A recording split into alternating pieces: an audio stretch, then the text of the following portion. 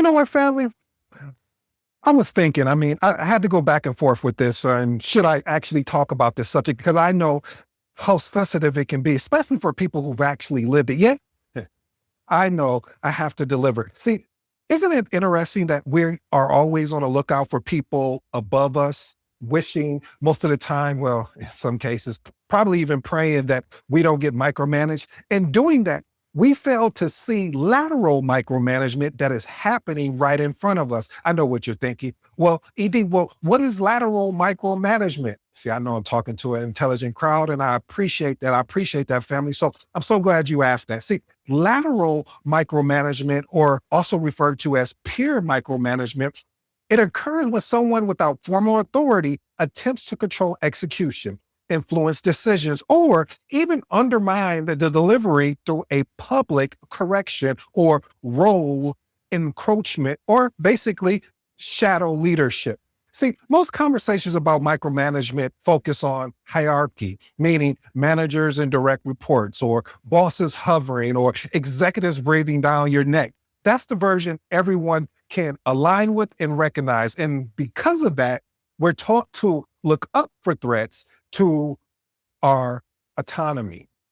So, as project managers, we assume that as long as the bosses are hovering, So, as project managers, we assume that as long as our manager is not hovering over us, we're safe to lead. But there's another form of micromanagement that almost no one, and I do mean no one, has talked about. I've never heard about it. I don't know if you have. See, it doesn't come from above. Over my career, where they're having conversations with individuals or experiencing myself, having experienced, and I've heard people explain to me moments where someone they didn't report to, like a peer or a technical lead or a stakeholder, slowly began stepping into the work, not with authority, not with a title, not with a, hey, I'm really truly here to assist you. It was a correction made in a meeting, a suggestion framed as just alignment, or a subtle override delivered in front of the team. At first, you can brush it off because it sounded helpful, even similar to being collaborative. So you don't push back. You accept the input, believing, well, we're just refining the process together. But because you didn't draw the line, those moments start to stack up. See, helpful suggestions turn into directives, alignments turn into contradiction. And without anyone saying it out loud, the room has really truly shifted. See, the team has started looking at you sideways in meetings. Decisions slow down. Authority are blurred. On paper, you can still be the project manager, but in the room, your leadership is being quietly taken away from you. See, what makes this so difficult, family, was the lack of language. See, it doesn't feel like traditional micromanagement. There's no reporting lines. There's no formal power. So you can waste your time trying to solve communication style or even quality control until the moment of clarity hit. It's where you truly understand that the conversation that is happening is not valuable. And that's when it becomes clear that this wasn't about feedback. It was actually about quality. It was actually about positioning, because once a project manager is corrected publicly by a peer, when a private conversation would have done the same job, the interaction is no longer about improvement. It's really about power. And that brings us to our first principle. Principle number one, correcting a PM publicly is a power move, not feedback. Family, let me say this, and I'm going to park here parenthetically before we get into the context.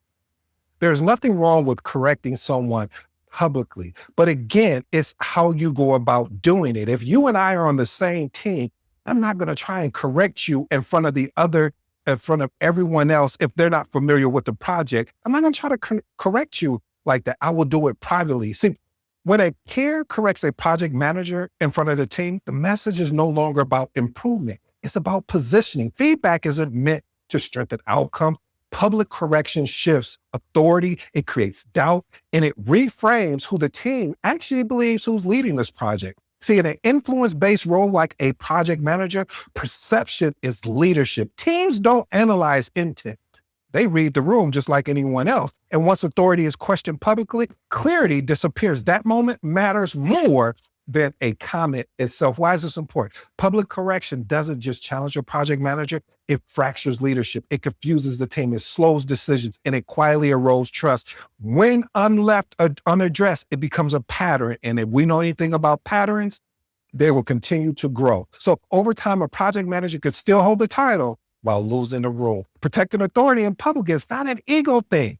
It's a leadership responsibility. And I will say this again, there's nothing wrong with correcting someone or correcting your project manager in public, but wouldn't it make more sense to actually correct them in private so that way you can really coach them if there was something there that they may have missed? And I only bring this up, family, because I don't want it to seem like that, oh, well, yeah, you can't correct someone in public. No, that's not what it's about. What it's about is how you go about correcting them. All right, I'll get off my soapbox. Experiment with these actionable tips. Reset the room, not the person. When a public correction happens, respond calmly and protect clarity. Hey, do you mind if we take this offline? We just don't want to confuse the team. See, this keeps authority intact without escalating tension. Silence reads as acceptance. Calm redirection reads as leadership. Next one, address it as a one-on-one and focus on impact. See, public correction creates confusion around ownership. If there's a concern, I'm open to discussing it privately. See, professional leaders adjust. Repeated behaviors signal a deeper issue. Here's my professional advice, family. Strong leaders protect alignment in public and challenge in private. If someone consistently chooses an audience over a conversation, it's not about quality, it's about control. Recognizing this early prevents authority from eroding quietly, and project managers don't need to dominate their room. They need to own it. See, public correction is rarely how peer micromanagement starts. It usually arrives disguised as something else that leads to the next principle. Principle number 2, peer micromanagement often disguises itself as help. Ooh, I like that, family. It's getting good now. See, peer micromanagement rarely shows up as a control on day one. It shows up as support. It shows up as it sounds like suggestions or alignment. The second set of eyes, really, you're the second set of eyes. But when help comes with direction, public influence, or repeated overrides, it stops being collaborative and it starts reshaping authority. The danger isn't a suggestion itself, it's the pattern of who gets to decide. What feels helpful at first can quietly reposition a leader without ever asking for it. Why is this important? Because project managers are wired to collaborate. They often absorb this behavior instead of challenging it. But when help consistently bypasses the PM or redirects the team, it creates confusion and weakens ownership. The team doesn't know whose guidance carries weight, and momentum slows as decisions get filtered through unofficial channels. And this is what happens, family. When it is left unchecked, helpful interference becomes silent control. Experiment with these actionable tips. Separate input from direction. Not all help is harmful, but that is the conjunction here. But all direction must be clear. Ask directly, is this situation a suggestion or a decision we're changing? You see how that sounds? We're trying to ask, we're trying to figure out where are they coming from with these suggestions. Is this a direct decision or is this a collaborative approach? Next one, re-anchor decisions publicly. When help crosses into control, restate ownership calmly. I'll take that input and confirm next steps with the team. See, this keeps collaboration open while reinforcing leadership boundaries. Here's my professional advice, family. True collaboration supports leadership. It doesn't replace it. If someone needs influence, it should come with accountability. Otherwise, it's interference wearing a helpful mask. See, project managers don't need to reject input. They need to own the final call. And once help turns into control, the real issue becomes visibility. See, becoming influence without responsibility always leads to the same problem. And that brings us to the next principle. Principle number 3, authority without accountability is the root of the problem. See, peer micromanagement becomes dangerous when influence is exercised without ownership. When someone directs work or challenges decisions or reshapes execution without being accountable for outcomes, authority becomes unbalanced. See, they get a voice in the work, but no responsibility for delivery, for risk, or even for failure. See, that imbalance is where projects slow down. Trust erodes, and leadership fractures. Why is this important? Projects don't fail because of too much accountability. They fail because of a split accountability. When authority flows sideways without responsibility, teams don't know who owns the decision. See, issues bounce instead of being resolved. And when things go wrong, accountability, all of a sudden, everyone wants to be a magician because everything disappears. See, healthy projects have no clear owner for delivery. Everything else supports that role. Experiment with these actionable tips. Clarify ownership out loud. See, when influence starts creeping in, reset expectations publicly. For clarity, I'm accountable for the delivery and I'll incorporate input as needed. See, this is what you want to, this is a clarity statement right here. I'm accountable for delivery and I'll incorporate input as needed. See, this protects the project without actually attacking the person. We're not here to attack the person because this is what they're doing. So as my grandma would say, two wrongs don't make a right, baby. So I got that. But the point of it is that we are more focused on the entire team and making the team have success. Here's my last one. Match authority to responsibility. If someone wants a stronger voice, align it with ownership. If this is an area you want to own, let's define it. Let's define the responsibility clearly. See, people often step back once accountability enters the conversation. Here's my professional advice, family. Leadership isn't about who speaks the most. It's about who owns the outcome. Project managers don't need to compete for authority, but they need to protect accountability because when authority and accountability separate, projects drift and people disengage. See, the issue hits project managers harder than most roles because they lead without any hierarchy. And that leads us to the next principle. Principle number 4, project managers are vulnerable because they lead by influence. See, project managers rarely lead through formal authority. They lead through trust, clarity, respect, and influence. That makes the role powerful, but also exposed. When influence replaces hierarchy, leadership depends on perception. If that perception is a challenge publicly and can be diluted by peer interference, authority weakens even though responsibilities stay the same. Project managers still owns the outcome, but the room starts listening. Elsewhere. Why is this important? Influence-based leadership requires protection. When the roles are actively reinforced, project managers absorb interference quietly to avoid conflict. Over time, this creates a blurred ownership. It slows down the decision. The team that hesitates instead of executes puts the project further behind. Without clear influence, project managers become accountable for outcomes they no longer fully control. Experiment with these actual tips. Anchor your role early and often. Don't assume alignment carries forward. You need to say, my role is to own the delivery and the decision flow. I'll bring input where needed. Clarity reduces confusion before it even starts. I like that, family. Next one, protect decision flow. When conversations drift sideways, let's redirect them. Let's route decisions through the project channel so we can all stay aligned. This preserves influence without confrontation. Professional advice. Influence leadership isn't passive. It requires deliberate reinforcement. Strong project managers don't wait for authority to be questioned. They reinforce it through consistency, clarity, and a calm presence. Influence grows when people know exactly where the decision lands. And understanding influence is one thing, but knowing when to defend is another, because not every situation can or should be corrected. And that brings us to the next principle. Principle number 5, leadership maturity is knowing when to push and when to exit stage right. See, not every leadership challenge is meant to be fixed. This might challenge some people, good.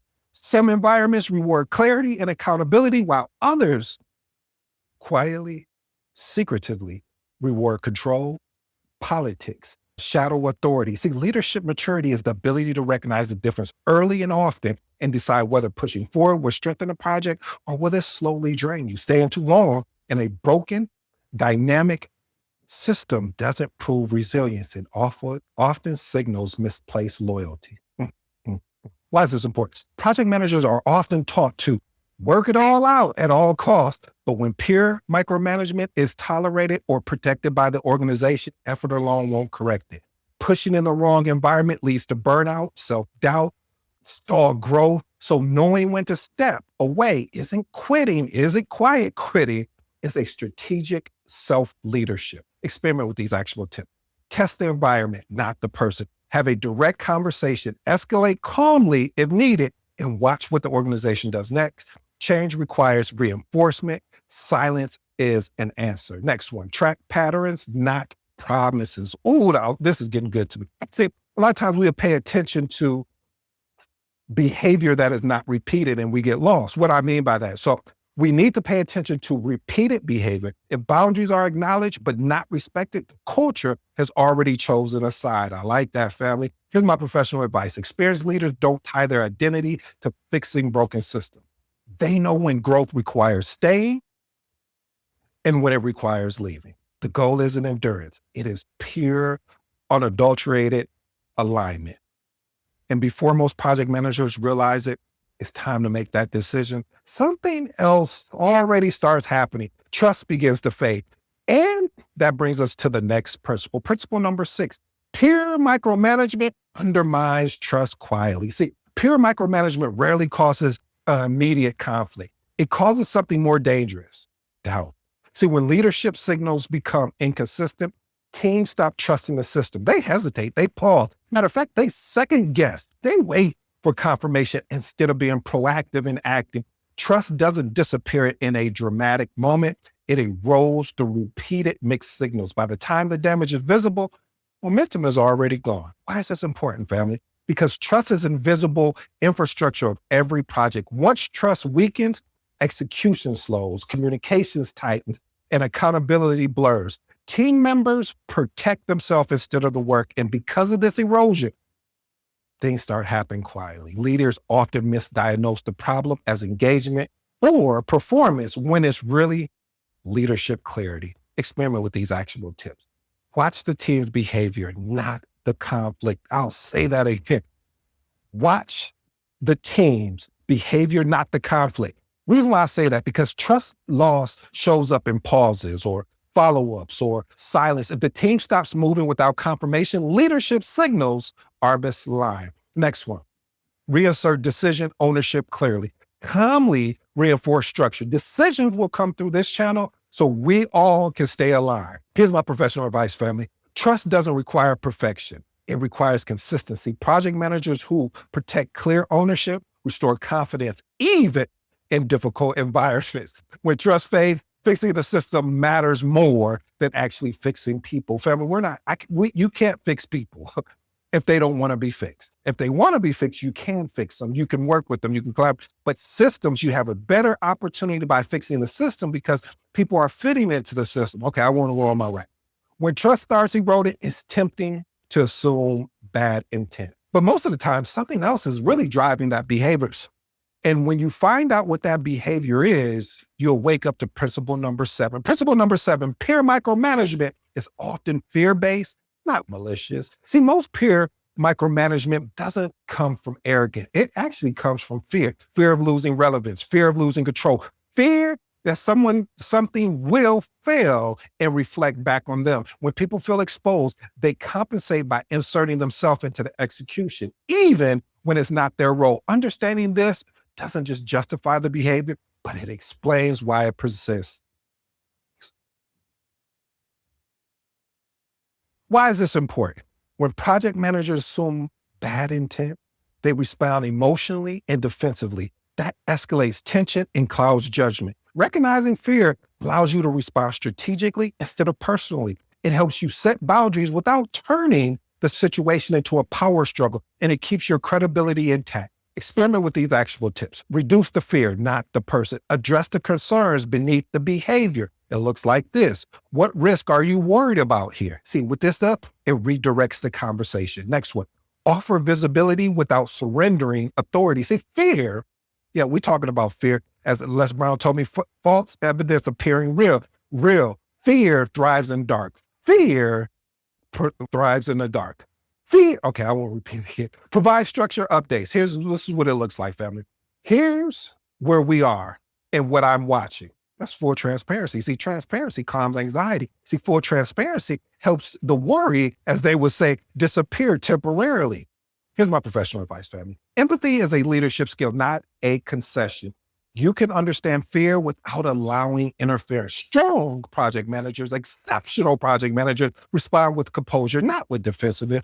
And that often diffuses control-driven behavior faster than any type of confrontation. Even with empathy and clarity, there's just one, and I do mean one factor that determines whether peer micromanagement succeeds or stops. Factor isn't the other person. It's you. And that leads us to our final principle. Principle number 8, confidence is the PM's first line of defense. I like that. I've saved the best for last because I wanted you to listen to today's episode entirely. See, peer micromanagement gains traction when confidence wavers, not because the project manager lacks skill, but because uncertainty invites intrusion. When confidence is steady, leadership feels anchored. When it's shaken, others sense the gap and step in, often unconscious. Confidence doesn't require dominance. It requires composure. Why is this important? Project managers operate in an environment where authority is rarely absolute. In those spaces, confidence becomes the stabilizer. A confident project manager doesn't rush to justify decisions or I'm going to do a whole bunch of over-explaining. They communicate with clarity. They hold boundaries calmly and allow outcomes to speak. The present alone prevents most lateral interference before you even have a chance to start. Experiment with these actionable tips. Slow down your response. Confidence shows up in pacing. Pause before you respond. Choose your words deliberately and calm pacing signals certain even under, or I should say certainty, even under pressure. Next one. Anchor decisions to outcome. When challenged, return to purpose. What does that look like? This decision supports our delivery goal. See, this is outcome-driven language, which reinforces leadership without sounding or coming across as being defensive. Here's my professional advice. Confidence is not bravado. Confidence is not you being a superhero. Confidence is a self-trust built through experience and reflection. Project managers who trust their judgment don't need to fight for authority. They naturally hold it. And when confidence is present, peer micromanagement struggles to actually take root. See, listen, family. Lateral micromanagement thrives in silence, ambiguity, self-doubt. But when a project manager names it, understands it, lead with clarity, it loses its grasp. It loses its power. Leadership isn't about controlling the room. It's about being grounded enough that the room doesn't need control. And I like that, family. Here's the truth, family. Lateral micromanagement doesn't announce itself. It doesn't even show up as a formal challenge. It shows up in moments where they're small, quiet, where leadership either holds or slips. What makes this even difficult, though, family, isn't the behavior itself. It's the absence of language. You build it with the team. Once you name that what's happening, you stop internalizing, you stop questioning your competency, and you stop trying to fix a leadership problem with over-communicating or people-pleasing. This isn't about becoming defensive. It's about becoming deliberate. Strong project managers protect clarity. They hold boundaries without having this whole ego, and they recognize when an environment supports leadership or it slowly erodes it. They don't chase authority. They anchor in it.